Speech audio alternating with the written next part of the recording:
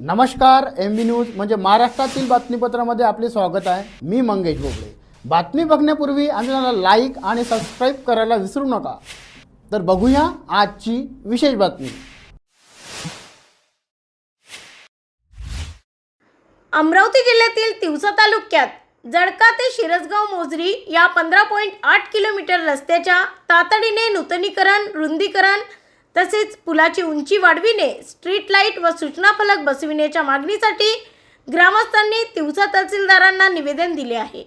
अर्थसंकल्पीय अधिवेशनात रस्त्यासाठी भरीव निधी मंजूर न झाल्यास सोमवारपासून धोत्रा येथे बेमुदत आमरण उपोषण सुरू करण्याचा इशारा देण्यात आला आहे।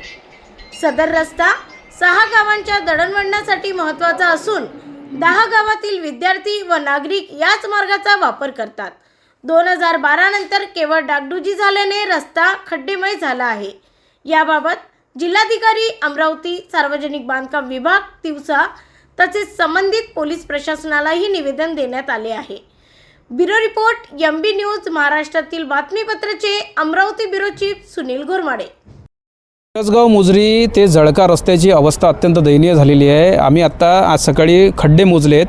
काही खड्डे 5 फुटाचे 5 बाय 5, 5 बाय 4, 5 बाय 3 असे मोठमोठे खड्डे आहे आणि याच मार्गावर जवळपास शिरसगाव मोझरी, धोत्रा, सालोरा, शेंदोळा, जळका, माळेगाव या भागात सर्वाधिक रोगाचे रुग्ण आहे, कर्करोग आहे, गर्भवती माता आहे। त्या धोत्र्यापासून ते सालोऱ्यापासून, शेंदोळ्यापासून काही विद्यार्थी जे आहे, माळेगावचे काही विद्यार्थी आहे ते मोझरीला सायकलने येतात आणि अशी अवस्था असताना गेल्या 15 वर्षापासून नरक यातना सहन करावं लागते या गावातल्या लोकांना। आमची मागणी आहे, यावेळी अर्थसंकल्प अधिवेशन चालू आहे मुंबईमध्ये, सरकारने यावेळी तातडीने आता या रस्त्यासाठी निधी मंजूर केला पाहिजे आणि हा रस्ता जो आता सिंगल वे आहे हा दुतर्फा गेला पाहिजे, 2 वे रस्ता गेला पाहिजे।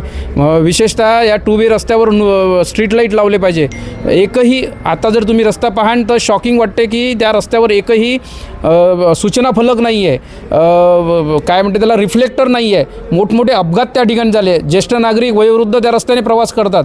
ह्या सगळ्या रस्त्याची आम्हाला खूप त्रास सहन करावा लागतो आहे। विद्यार्थ्यांना त्रास सहन करावा लागतो आहे, महिलांना त्रास सहन करावा लागतो आहे, ज्येष्ठ नागरिकांना त्रास सहन करावा लागतो आहे। या बजेटमध्ये या रस्त्यासाठी भरीव निधीची तरतूद येत्या 5 दिवसात केली पाहिजे, नाही तर येणाऱ्या सोमवारी 9 तारखेला या सगळ्या मार्गाच्या मध्यभागी म्हणजे धोत्रा, माणिकग्राम धोत्रा या गावावर मी स्वतः आणि गावकऱ्यांसोबत आमरण उपोषणाला बसणार आहे। आज आम्ही तहसीलदार साहेबांकडे निवेदन यासाठी देण्यात आलो आहे की शिरसगाव, मोझरी, धोत्रा, सालोरा तिकडे जळक्यापर्यंत तो रस्ता जाते, अमरावतीपर्यंत रस्ता जाते। त्या रस्त्यानं बरीचशी येरझारा लोकांच्या चालू राहतात आणि वाहनंसुद्धा चालू असतात। अशी ही दयनीय अवस्था त्या रस्त्याची झालेली आहे की तो रस्ता आहे की काय खड्डे आहे याचंही आम्हाला अजूनपर्यंत त्याचं हे लावण्यात आलेलं नाही, अंदाज लावण्यात आले नाही। मी विनंती करतो शासनाला की ही अवस्था जर तुम्ही वस्तुस्थिती जर पाहायला आलं कोणी, मी म्हणतो शासनाच्या माणसानं कोणीतरी पाहायला यावं अशी आमची अपेक्षा आहे आणि त्यांनी पाहिल्यानंतर त्यांच्याच लक्षात येईल की हे रस्ता किती या जनतेच्या आवश्यकतेसाठी किती लवकर याची तरतूद केली पाहिजे। ही लवकर जर तरतूद झाली नाही तर कदाचित बऱ्याचशा लोकांना प्राणालाही मुकावं लागेल।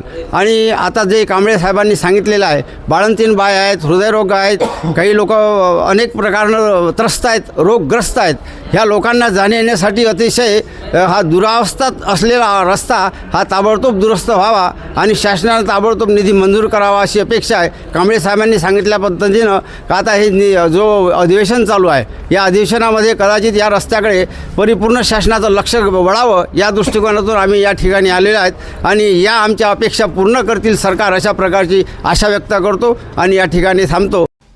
ही होती आजची विशेष बातमी। अशा विशेष बातम्या पाहण्यासाठी तुम्ही आजच MB न्यूज म्हणजे महाराष्ट्राची बातमीला लाईक करा, सबस्क्राईब करा। पुन्हा भेटूया एका नवीन बातमीमध्ये। धन्यवाद।